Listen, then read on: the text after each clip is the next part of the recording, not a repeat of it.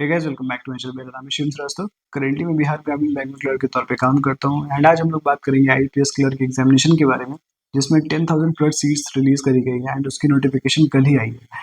तो देखो, इस एग्जामिनेशन को ना बहुत ही सीरियस लेना अगर अभी तक आपने किसी जॉब को क्रैक नहीं करा है तो, क्योंकि ये गोल्डन अपॉर्चुनिटी है।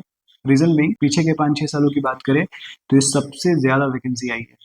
देखो, कट ऑफ इस बार थोड़ा सा डाउन जाएगा, नो डाउट, प्रीलिम्स का। बट मेंस में मोर और लेस वही बातें होती हैं, क्योंकि फिल्टर होके वो क्रीमी लेयर के स्टूडेंट्स आते हैं मेंस में, जो कि अच्छे परफॉर्मर होते हैं। तो मेंस के कट ऑफ को लेकर के उतना कुछ सोचने की जरूरत नहीं है, क्योंकि वो कहीं ना कहीं वहीं पे लाई करेगा। बट प्रीलिम्स में कट ऑफ थोड़ी सी चेंज हो सकती है, 2 4 5 नंबरों का डिफरेंस भी देखने को मिल सकता है। ठीक है, जहाँ 5-6 हज़ार वैकेंसीज आती थी, इस बार 10,000 प्लस है। तो कहीं ना कहीं इसमें आपको चेंजेस देखने को मिलेंगे कट ऑफ्स में। ठीक है, तो इस वीडियो में हम लोग डिस्कस करने वाले हैं एग्जामिनेशन का लेवल, मेरा खुद का स्कोर कार्ड, जो कि मैंने लास्ट टाइम जब दिया था प्रीलिम्स तो मेरा क्या स्कोर रहा था। एंड मैं आपको बताऊंगा कुछ इंपॉर्टेंट चीज़ें जिनको ध्यान में रख करके आप प्रीलिम्स 95 प्लस स्कोर कर सकते हो। देखो, अगर आप एकदम से फ्रेशर हो, जिसने भी प्रिपरेशन स्टार्ट ही करी है और सिर्फ इसका फॉर्म फिल कर दिया है या करने वाले हो, तो ये वीडियो आपके लिए नहीं होने वाली है। ये वीडियो उनके लिए पर्टिकुलरली जो या तो रिपीटर्स हैं या तो कुछ दिनों से प्रैक्टिस कर रहे हैं। ठीक है, यानी कि 5-6 महीने से प्रिपरेशन कर रहे हैं, तो ये वीडियो आपके लिए हो सकता है। एक और चीज़ मैं एज्यूम करता हूँ कि आपने एटलीस्ट 70% तो सिलेबस कंप्लीट करा ही होगा। 100% नहीं तो 70 प्लस तो ज़रूर करा होगा। अदरवाइज ये वीडियो आपके काम की नहीं है, आप अभी भी स्किप कर सकते हो। तो सबसे पहले बात करते हैं लेवल की। लेवल कहीं ना कहीं एसबीआई क्लर्क प्रीलिम्स जैसा ही होता है। बहुत लोग कहेंगे कि नहीं, एसबीआई का लेवल थोड़ा हाई होता है, यूपीएस का थोड़ा सा लो होता है। थोड़ा सा डिफरेंस हो सकता है, 19-20 का फर्क हो सकता है। एसबीआई एंड आईबीपीएस क्लर्क जो एग्जामिनेशन है, मोर और लेस सेम ही है। कोई ज़्यादा डिफरेंस नहीं है। अगर आपने एसबीआई का लास्ट ईयर दिया था, आईपीएस नहीं भी दिया था, और इस बार आप फर्स्ट टाइम आईपीएस में अगर अपियर होने जा रहे हो, तो आप चिल रहो, सेम चीज़ आपको देखने को मिलेगी। क्वेश्चंस डुएबल आते हैं, कट ऑफ हाई जाती है। इट मीन्स क्वेश्चन आप कर रहे हैं, लोग उतने कर रहे हैं, तभी कट ऑफ हाई भी जा रही है। हर एग्जामिनेशन का अपना अपना सिनेरियो होता है, तो किसी भी एग्जाम से किसी दूसरे एग्जाम को कंपेयर मत करना। तो अब मैं आपको अपना स्कोर कार्ड दिखा देता हूँ, जो आप देख लो, और फिर मैं आपको बताऊंगा कि अ, क्या इंपॉर्टेंट टिप्स हो सकते हैं जिनको आप फॉलो करके इस एग्जामिनेशन में अच्छे मार्क्स स्कोर कर सकते हो। तो ये 2023 का स्कोर कार्ड है, और उस टाइम मैंने उत्तर प्रदेश से फॉर्म फिल करा था। चलो, सब्जेक्ट वाइज देखते हैं मैंने क्या करा था। तो रीजनिंग में मैंने अटेम्प्ट करा था 32। 3 क्वेश्चन मैंने छोड़े थे वो ब्लड रिलेशन के, क्योंकि वो बहुत ही ट्रिकी था। लास्ट में मेरे पास 2.5-3 मिनट रह गए थे, फिर भी वो क्वेश्चन मेरे से बना नहीं। हो सकता है टाइम में वो प्रेशर में नहीं बना हो, बट बहुत लोगों ने बनाया भी होगा, लेकिन मेरे आसपास के लोगों में मेरा अटेम्प्ट अच्छा था। और फिर उसके बाद न्यूमेरिकल एबिलिटी की बात करें तो मैंने अटेम्प्ट करा था 30, जिसमें मेरे मार्क्स मिले थे 28.5। ठीक है, तो मैंने टोटल अटेम्प्ट इन दोनों का ही 62 कर लिया था। फिर बात करें इंग्लिश का, तो इंग्लिश में मैंने अटेम्प्ट करा था 30 आउट ऑफ 30, जिसमें मेरे मार्क्स मिले 27.5। तो ये रहा मेरा कुछ स्कोर कार्ड, जिसमें मैंने हर सब्जेक्ट में अपने अपने अटेम्प्ट बताया और स्कोर बताया। तो मैंने टोटल अटेम्प्ट करा था 92, और मेरा मार्क्स आया था 87.75। एंड आप देख सकते हो कट ऑफ 79.25 गई थी। आपने मेरा स्कोर कार्ड देख लिया एंड अब मैं आपको बताने वाला हूँ कि हर सब्जेक्ट में हमारी क्या स्ट्रेटेजी हो सकती है। उसको समझने से पहले हमें ये समझना पड़ेगा कि किस टाइप के क्वेश्चन हर सब्जेक्ट में आते हैं। ये जो वीडियो पर्टिकुलरली प्रीलिम्स के ऊपर है, तो मैं मेंस की बातें भी नहीं करूंगा, लेकिन कुछ रेफरेंस मेंस के भी रहेंगे। तो सबसे पहले बात करते हैं इंग्लिश के बारे में। देखो, इंग्लिश एक बहुत ही प्यारा सब्जेक्ट है एंड इस एग्जामिनेशन में वाइटल रोल प्ले करेगा। आप सिर्फ प्रीलिम्स को मत टारगेट करो, मेंस को भी टारगेट करो, क्योंकि मेंस क्लियर करोगे तभी आपका जॉब होना है। तो इंग्लिश दो तरीके से पूछा जाता है इस एग्जामिनेशन में। वो दो तरीका क्या है, मैं आपको बताता हूँ। प्रीलिम्स में इंग्लिश का लेवल कुछ ये रहता है, मेंस में कुछ ये रहता है, और इन दोनों के बीच में जो गैप है ना, उसको ब्रिज करने का काम करता है आपकी रीडिंग स्किल्स। रीडिंग स्किल्स को सही करने का तरीका क्या है? एडिटोरियल पढ़ो। आप जिन टीचर को फॉलो करते हो उनकी एडिटोरियल क्लास आती होगी हमेशा, आप उसको फॉलो करो। उनमें जितने वर्ड्स कराए जाते हैं ना इंपॉर्टेंट वाले, उनको अच्छे से पढ़ो, उनसे सेंटेंसेस बना लो। इससे क्या होगा, आपकी रीडिंग स्किल्स अच्छी होगी, साथ में वर्ड पावर भी अच्छा होगा।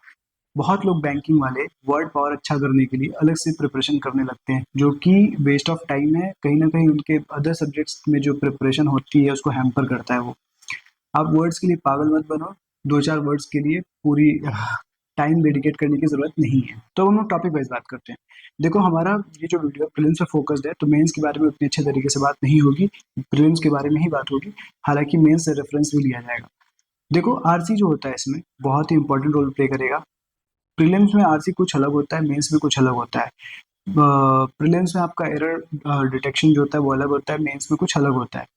तो प्रीलिम्स और मेंस का जो इंग्लिश का सेक्शन है वो काफ़ी अलग होता है। क्यों? क्योंकि प्रीलिम्स में आपका बिना रीडिंग स्किल्स उतना अच्छा नहीं भी है, फिर भी आप कर सकते हो प्रीलिम्स अच्छा सा 25-26 स्कोर आराम से कर सकते हो। बट जब मेंस की बात होती है तो आपको 20 प्लस स्कोर करने के लिए रीडिंग स्किल्स भी चाहिए रहेगी, क्योंकि मेंस में एक जैसे 2 आरसी आती है तो एक आरसी तो डूएबल आएगी, बट जो दूसरी होगी वो थोड़ी सी ट्रिकी आती है। फाइनेंशियल टर्म्स यूज हुए रहते हैं, उनमें जो क्वेश्चंस भी रहते हैं वो सीधे सीधे देखने को नहीं मिलेंगे, वो कहीं ना कहीं आपसे रेफरेंस पूछते हैं, टोन पूछते हैं, जिसके लिए आपका कहीं ना कहीं रीडिंग स्किल्स अच्छा होना जरूरी है। बट प्रीलिम्स में ऐसा नहीं है, प्रीलिम्स में 2-4 क्वेश्चन आप समझ सकते हो कि बहुत टफ रहते हैं, जहाँ पे रीडिंग स्किल्स बहुत अच्छे लेवल की चाहिए रहेगी, बट अगर आप ओके ओके से भी हो तो 25 प्लस स्कोर कर सकते हो। देखो, प्रीलिम्स में जो आरसी आती है वो स्टोरी बेस्ड आती है, आप आराम से स्टोरी पढ़ो, समझो और कर लो। जब भी आरसी पढ़ना तो आपका दिमाग इधर उधर भटकता है, कोशिश करना कि वो स्टेबल रहे एंड आप सारी चीज़ों को समझो और आपके दिमाग में वो चीज़ें बैठ जाए। फिर बात करते हैं एरर डिटेक्शन की। देखो, एरर डिटेक्शन दोनों में आते हैं, प्रीलिम्स और मेंस में भी। मैं मेंस में बार बार ये इंसिस्ट कर रहा हूँ कि रीडिंग स्किल्स बहुत अच्छी चाहिए रहेगी, बहुत अच्छी नहीं भी तो आपकी एवरेज तो चाहिए रहेगी, ठीक है। रीडिंग स्किल्स अच्छा करने का भी तरीका है कि एडिटोरियल पढ़ो, मैंने ऑलरेडी बता दिया। और प्रीलिम्स में क्या है कि एरर डिटेक्शन आपको सिंपल ग्रामर के रूल से देखने को मिलेंगे, और कुछ बेसिक चैप्टर्स जो मैंने अपने बहुत सारे वीडियोस में रेगुलर कहा है कि उनको अच्छा कर लो। आपका जो प्रीलिम्स है उसमें इंग्लिश का सेक्शन जो है ना वो बहुत अच्छा हो जाएगा, आपको डरने की जरूरत नहीं रहेगी, चाहे कोई भी एग्जाम हो। तो सबसे पहला आर्टिकल्स हो गया, पार्ट ऑफ स्पीच हो गया, टेंसेस हो गया, सब्जेक्ट वर्ब एग्रीमेंट हो गया। ये 4 चैप्टर्स आपके प्रायोरिटी के चैप्टर्स हैं जिनको बहुत अच्छे से करने की ज़रूरत है। इनमें सारे रूल्स आप रिवाइज़ अच्छे से करो और इन पे जम के प्रैक्टिस कर लो। इससे आपका सिर्फ एरर डिटेक्शन सही नहीं होगा, इससे सिर्फ आपको देखने को लगेगा एरर डिटेक्शन सही हो रहा है, बट ऐसा नहीं है। इससे आपके जितने भी क्लोज टेस्ट आते हैं वहाँ पे आप ग्रामर के रूल्स लगा करके, एलिमिनेशन यूज़ करके कहीं न कहीं वो बना सकते हो। बहुत सारी चीज़ों में हेल्प होगा आपको। ये 4 बेसिक चैप्टर्स हैं जिनको कहीं न कहीं अच्छे तरीके से करो। बाकी के चैप्टर्स भी इंपॉर्टेंट है, बट ये जो 4 है ना, ये मेरे हिसाब से सबसे इंपॉर्टेंट चैप्टर्स हैं। तो इंग्लिश में कुछ इस तरीके से आपको अप्रोच रखने की ज़रूरत है, ज़्यादा कोई तामझाम है नहीं।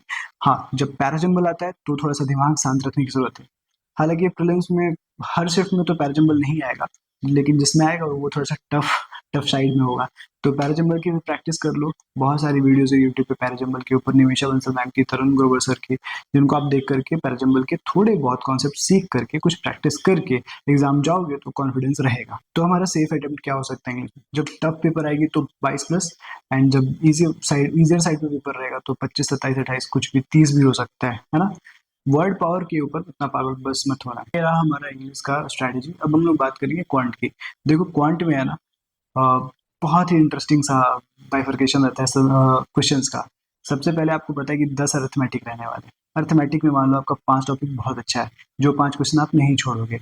अगर स्टार्टिंग में आपको ये दिख जाते हैं इनमें से कोई क्वेश्चन, तो आप आराम से कर लो उनको जल्दी से। बट मेरा एडवाइस ये रहेगा कि क्लर्क का एग्जाम है तो क्वेश्चन डुएबल आएंगे। जो अरिथमेटिक टॉपिक में आप अच्छे हो उनको कर लो पहले। अगर दिख रहे हैं सामने क्वेश्चन तो ऐसा नहीं कि खोजने चले जाओ, खोजने में टाइम लैप्स हो जाएगा। फिर हम लोग बात करते हैं कि इसमें स्पीड मैथ और डीआई मिला करके लगभग 20 से 25 क्वेश्चन रहते हैं। 2 डीआई रहेगी एंड बाकी के स्पीड मैथ रहेंगे। स्पीड मैथ में क्या क्या हो सकता है? Simplification, approximation, missing and wrong series, उसके बाद हो सकता है वो क्वाड्रेटिक इक्वेशन। तो ये सारे टॉपिक्स हो सकते हैं जिनको अगर आप अच्छे से करोगे तो आप कहीं ना कहीं खुद को एक अच्छे लीड में पाओगे। आप देखोगे कि अगर स्टार्टिंग में आपने स्पीड मैथ खत्म कर लिया है, साथ में डीआई भी खत्म कर लिया है, तो आप ये पाओगे कि आपने 10 मिनट में 25 क्वेश्चन भी कर लिया है। अब बाकी के 10 मिनट में आपको सिर्फ 10 क्वेश्चन करने को रह रहे हैं, अगर आपकी स्पीड अच्छी है तो आप ये कर सकते हो क्वांट के लिए। प्रैक्टिस अच्छे से करो। देखो, रॉन्ग नंबर सीरीज भी आती है, तो रॉन्ग को पहले मत उठाया करो, मेरा ये आपको एडवाइस रहेगा। मिसिंग आती है तो मिसिंग कर लो, लेकिन रॉन्ग को थोड़ा छोड़ दिया करो, क्योंकि रॉन्ग कहीं ना कहीं आपको फंसा भी सकता है। जो सिंप्लीफिकेशन है भाई, उनको तो जल्दी जल्दी निपटा के फेंकते रहो, सिंप्लीफिकेशन बहुत ईजी आती है। क्लर्क का प्री है तो क्वांट भी ईजी आएगा, ठीक है। मेंस के पॉइंट ऑफ व्यू से हम लोग मेंस वाले वीडियो में बात करेंगे, हालांकि ये प्रीलिम्स है तो प्रीलिम्स तक ही यहाँ पे हम लोग रुकते हैं। तो 25 से 30 आप आराम से कर सकते हो, कोई बड़ी बात नहीं है। क्वांट में आप आराम से 25 से 30 के बीच स्कोर कर सकते हो। रही बात रीजनिंग की, तो देखो रीजनिंग में क्या होता है, पैराजंबल एंड सीटिंग अरेंजमेंट को मिला करके 20 क्वेश्चन ऑलमोस्ट आ जाते हैं, एंड बाकी के 15 क्वेश्चन आपके बाकी के टॉपिक से रहते हैं। सिलोजिज्म एक इम्पॉर्टेंट टॉपिक है, इनइक्वलिटीज एक इम्पॉर्टेंट टॉपिक है, चाइनीज कोडिंग भी एक इम्पॉर्टेंट टॉपिक है, साथ में ऑर्डर रैंकिंग कभी कभार आती है, तो वो भी एक इम्पॉर्टेंट टॉपिक हो सकता है। तो अब क्या है कि सीटिंग अरेंजमेंट एंड पजल्स, इनमें भी बहुत सारे वेराइटीज रहते हैं, तो सबको प्रैक्टिस कर लो अच्छे से। क्लर्क का पेपर है तो बहुत टफ रहेगा नहीं, ईज़ी रहता है। आपको बस करना क्या है कि क्वेश्चन 1 जैसे स्टार्ट होता है ना, वहाँ से जाना है। देखो, मैं एक चीज़ एडवाइस ये भी करूँगा इसमें कि ब्लड रिलेशन का क्वेश्चन अगर आपको पहले देखने को मिलता है, तो उसको भी साइड कर देना, क्योंकि वो कहीं न कहीं थोड़ा-सा ट्रिकी होता है। लास्ट में अगर आप अच्छे से पेपर दोगे, तो लास्ट में आपके पास एम्पल टाइम बचेगा उस क्वेश्चन को करने के लिए, जहाँ पे आप आराम से सोच सकते हो। आप सोचोगे कि 32 क्वेश्चन मेरे हो रखे हैं, बचे हुए 3 क्वेश्चन सिर्फ ब्लड रिलेशन के हैं, तो मेरे पास 4 मिनट टाइम भी तो है। मैं 2-3 प्रोजेक्शन लेकर के बनाऊँगा और ये सही बनाऊँगा। तो कुछ इस तरीके से आप रीजनिंग में भी 35 में से 32 प्लस स्कोर कर सकते हो बहुत ईज़िली। 30 प्लस तो कहीं नहीं जा रहा। और अगर मैं सम अप कर लूँ सारे सब्जेक्ट वाइज़ अपने अटेम्प्ट्स को, तो मेरे क्या बनते हैं, इंग्लिश में मैंने बताया 25, क्वांट में मैंने बताया 25 से 30 के बीच में बोला, तो चलो 25 ही मानते हैं। कितना हो गया हमारा? 50। और मैंने रीजनिंग बताया 32। 50 और 32 कितना हो गया हमारा? 82 क्वेश्चन हो गया। कुछ स्टेट्स ऐसे हैं जहाँ पे ये अटेम्प्ट सफिशिएंट नहीं रहेगा, वहाँ पे आपको अटेम्प्ट करने की और ज़रूरत रहेगी। मैंने खुद 92 करा था, तो ऐसा नहीं कि पेपर डुएबल नहीं था, पेपर डुएबल था। मैं आपको वर्स्ट केस के लिए बता रहा कि 82 आपका कहीं नहीं जा रहा। इससे नीचे अगर आप जा रहे हो एग्जामिनेशन में, तो ब्लंडर कर रहे हो, ठीक है। मॉक का मैं नहीं कहता, क्योंकि मॉक हर प्लेटफॉर्म अलग बनाता है, लेवल अलग रहते हैं।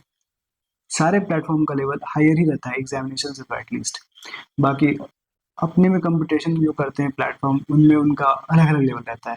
तो एग्जामिनेशन में 82 अटेम्प्ट आपके कहीं नहीं जा रहे हैं। कॉन्फिडेंस में रहो, आप आराम से प्रीलिम्स क्लियर करोगे। मेंस की भी तैयारी अच्छे से करना है, तो जीके पढ़ते रहना रेगुलर बेसिस पे। बाकी मेंस के ऊपर बातें बात करते हैं। ये रहा हमारा आईबीएस क्लियर का पूरा वीडियो, ठीक है। कुछ भी डाउट रहती है तो आप कमेंट कर सकते हो, या फिर हमारे टेलीग्राम ग्रुप का लिंक जो है डिस्क्रिप्शन में, आप उसको ज्वाइन कर सकते हो। तब तक के लिए tata, take care, bye bye, prepare well. And हाँ, कुछ और भी सारी बहुत सारी वीडियोस है हमारे चैनल पे, जिनको आप एक्सप्लोर कर सकते हो अपनी पढ़ाई को हैम्पर नहीं करके। अगर आपके जब फ्री का टाइम रहेगा तो आप वीडियो एक्सप्लोर कर सकते हो। चलो, तब तक के लिए tata, take care, bye bye, prepare well.